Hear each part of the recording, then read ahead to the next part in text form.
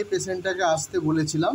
হ্যাঁ, কানের একটা ভেতরে এম্বলিজম তৈরি হয়েছিল এবং সেই এম্বলিজমটাকে বললাম যে আমি ওষুধ মেডিসিনটা লাগাও, তারপর 3 দিন পরে আবার এসো।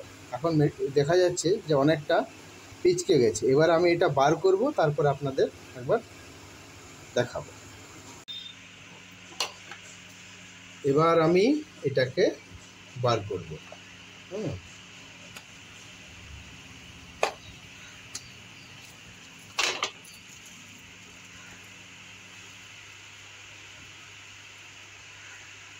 पेशेंटेर बयस कत जानो, उम्र कितना है?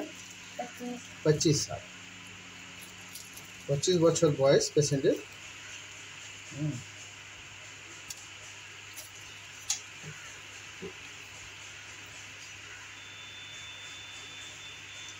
अनेक माने व्यथा যন্ত্রণা সোয়াব সব কিছুই ছিল। এবার আমি এটাকে তুলে দিচ্ছি, দেখুন এই দেখুন।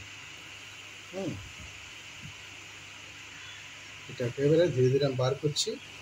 এটা ওয়্যাক্সের একটা এম্বলিজম তৈরি হয়েছিল ভেতরে। হ্যাঁ, খুব হার্ড ছিল।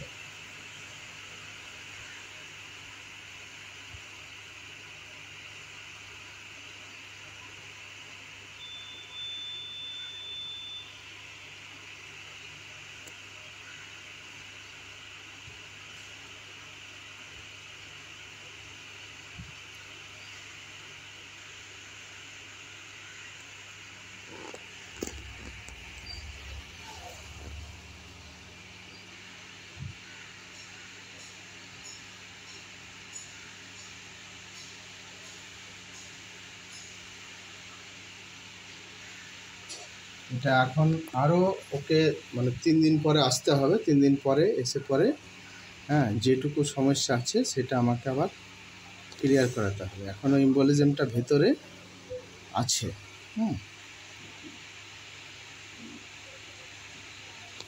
সেটাকে আমাকে একটু পরিষ্কার করে আবার 3 দিন পরে ওকে ডাকতে হবে। বন্ধ করে এতটা প্রায় ময়লা হ্যাঁ বার হলো, কিন্তু ওর ভেতরে একটা ঘায়ের মতো এম্বলিজম আছে, সেটা আস্তে আস্তে আস্তে আস্তে ঠিক হবে।